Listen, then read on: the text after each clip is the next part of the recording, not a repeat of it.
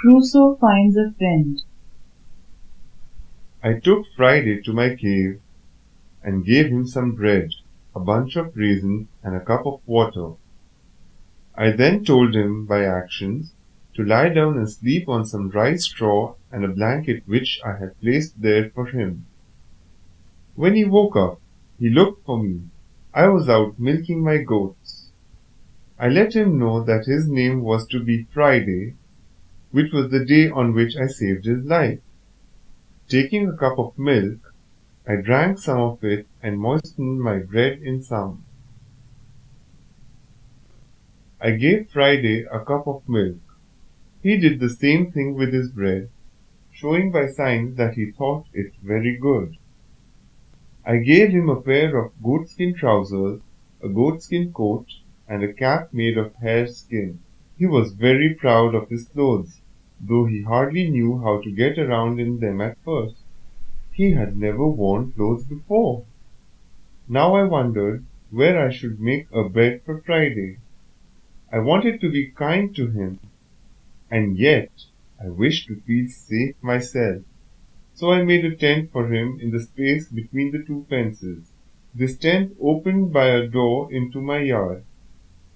The door was made to lock from the inside, and I locked it and took in my ladder every night, so that Friday could not reach me. Had I known what a true friend he was to me, I should not have wanted to lock him out. After a while, Friday knew English so well that I could talk to him about anything that I wished. I told him how I happened to be on the island and how long I had been there, and what a hard time I had had at first to get food and make a home, and how lonely I had been until he came.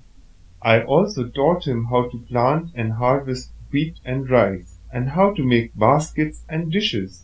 He milked the goats every morning and evening, and made butter and cheese. One day I took Friday to see the boats that I had made. He pointed out to the first one and said he thought that it was too small. He liked the size of the larger boat, but it was cracked and rotten. He said that we could sail over to his country in a boat of that size.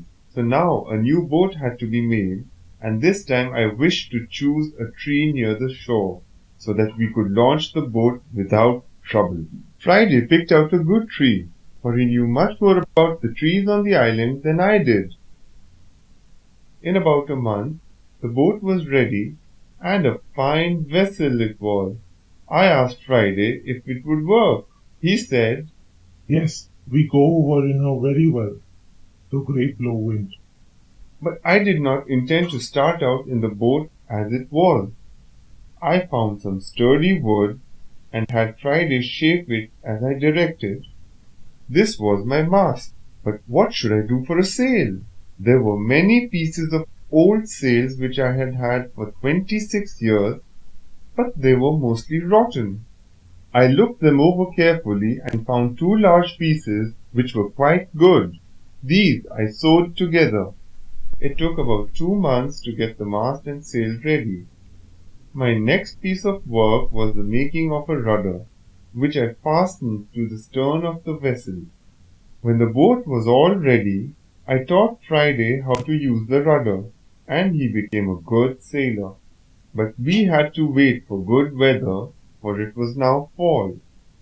I had been on the island for 26 years. I kept this anniversary with a grateful heart.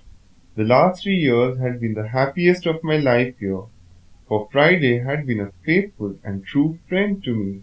I had brought the boat up the creek to keep it safe from the storms, and Friday had covered it so thickly with the boughs of trees that the rain could scarcely get through at all.